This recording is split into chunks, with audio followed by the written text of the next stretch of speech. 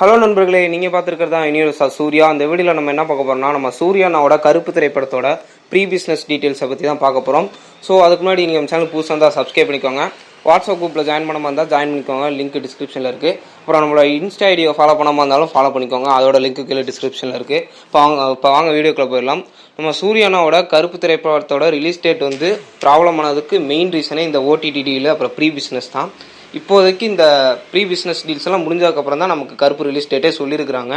அதுவும் நமக்கு update கிடச்சிருந்துச்சு. கருப்போட OTT வந்து 35 கோடிக்கு சேல் பண்ணியிருக்காதா அப்படின்னு அப்டேட் கிடச்சிருந்துச்சு. அது கிடச்ச அந்த ஈவினிங்கே நமக்கு வந்து கருப்பு படத்தோட ரிலீஸ் டேட் கொடுத்துருந்தாங்க. இப்போ வந்து நம்ம ப்ரீ பிஸ்னஸ் எவ்வளோ இருக்குன்னு சொல்லிடுறேன்.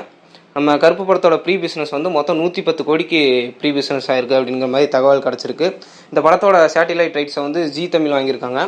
அப்புறம் மியூசிக் ரைட்ஸை வந்து திங்க் மியூசிக் வாங்கியிருக்காங்க. ஓடிடி வந்து நெட்ஃப்ளிக்ஸோட 35 கோடிக்கு டீல் ஆகிருக்கிற மாதிரி சொல்கிறாங்க.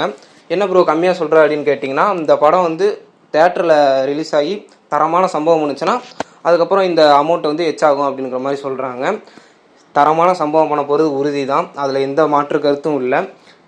சரி, இதை பற்றின உங்களோட கருத்துக்கெல்லாம் மறக்காமல் கமெண்ட்ஸில் சொல்லுங்கள். இந்த வீடியோ பிடிச்சிருந்தா ஒரு லைக் பண்ணுங்கள். நீங்கள் நம்ம சேனல் புதுசாக இருந்தாலும் மறக்காமல் சப்ஸ்கிரைப் பண்ணி சப்போர்ட் பண்ணுங்கள். மீண்டும் ஒரு அருமையான வீடியோவில் சந்திப்போம். தேங்க்ஸ் ஃபார் வாட்சிங் நண்பர்கள்.